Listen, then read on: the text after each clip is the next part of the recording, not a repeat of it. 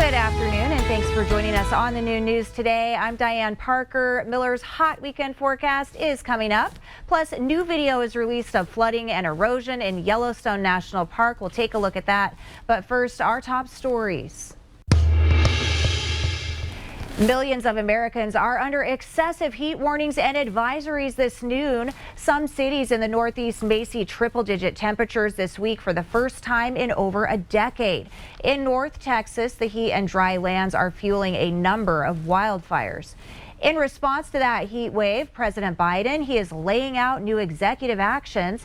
For the first time, states will be able to use federal funds to pay for air conditioners in homes and set up community cooling centers in schools where people can get through an extreme heat crisis. So far, though, the president is stopping just short of declaring a national emergency on climate change, but says it is still up for consideration.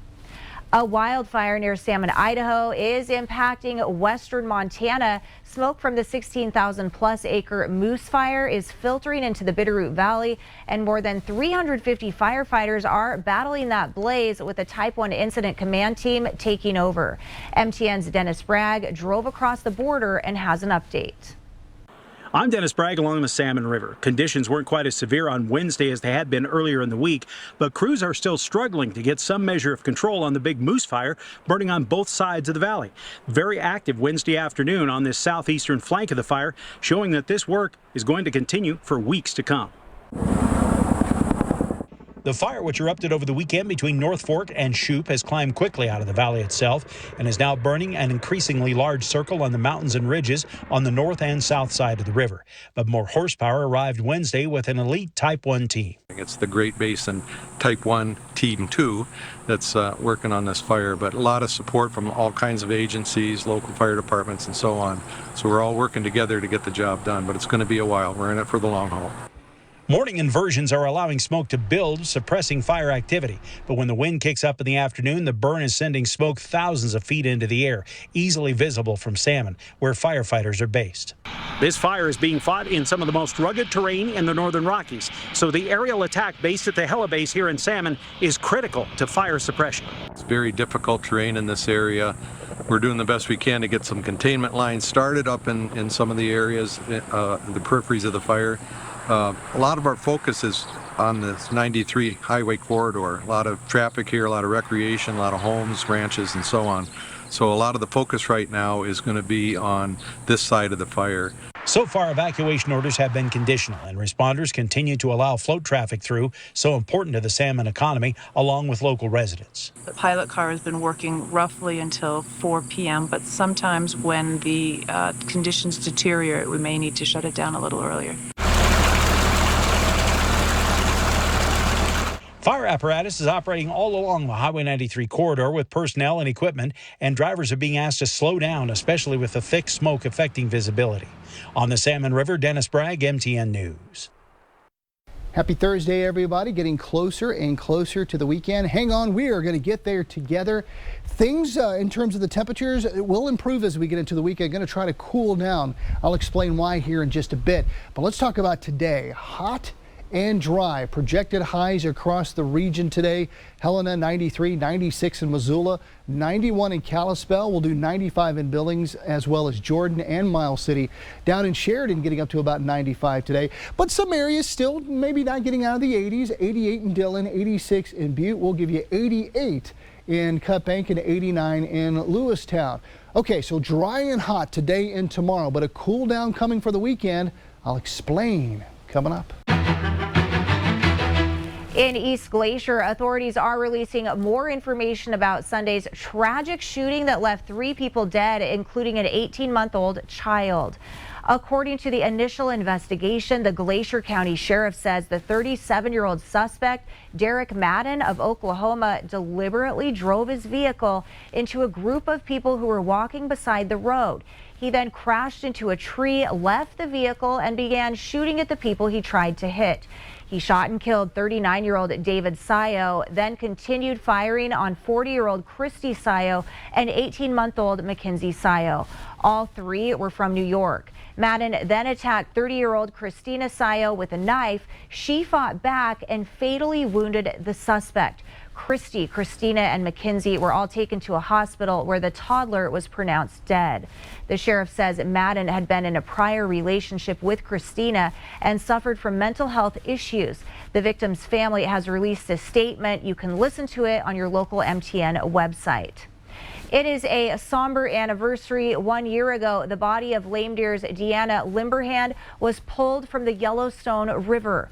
The 39-year-old was found hog-tied, but her cause of death is listed as drowning. We reached out to the Stillwater County Sheriff's Office. They're handling this investigation since Limberhand died while on a trip to Absaroka. We're told Deanna's case is open and considered suspicious. However, they have no new information right now. I wish they would, inform us, or just give us a call and say, we're still working on this case, or just let us know, what's going on. The family is hoping anyone with information on Deanna's death will step forward to help bring her killer to justice. We now know the names of the 6 people killed in the massive dust storm pileup on I90 that happened earlier this week near Hardin. Gloria Walks, Shiley Walks, 11-year-old Vishelle Walks, and 3-year-old Merrick Champ were riding in the same vehicle when they were caught in the dust storm. Chad Fox, also from St. Xavier, and 60-year-old Eric Love of Bozeman lost their lives in the crash also. The Bighorn County Sheriff's Office confirmed that 4 of the victims were in fact riding in the same vehicle, with 3 of those being from the same family. The news is especially hard for the family who lost several loved ones. MTN's Casey Conlon has more. The Walks family is dealing with an unimaginable tragedy after losing several members, but it's also been tough for the Pretty Eagle Catholic Academy here in St. Xavier, which has seen generations of Walks come through, including 11-year-old Vishelle, who would have been a 6th grader in the fall.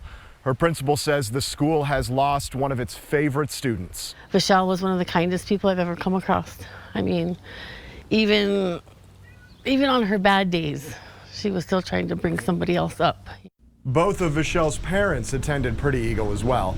This was her 5th grade classroom last year, now hauntingly empty. It wasn't Monday as the school welcomed classmates to come and grieve. Share stories of her and remember her, and just letting the kids know that God has a plan. And this is part of it. Even though we might not be able to understand it right now, it's part of his plan, and we just need to trust that. The school is also planning its own memorial service when classes start again in a spirit garden in the school's courtyard. It's unfortunately something they've done before. We've already have one student that we've lost in the past, and we've kind of had a special place, I guess, for their memory, to honor their memory. Vishelle's funeral will be at the same time as her great-grandmother Georgia and Auntie Shiley. It's how they would have wanted it. They're like the Bobbsey twins. I mean, they just did everything with their grandmother. They were so close. And I mean, going powwows together. Yeah, they were very, very close-knit. In life and in death.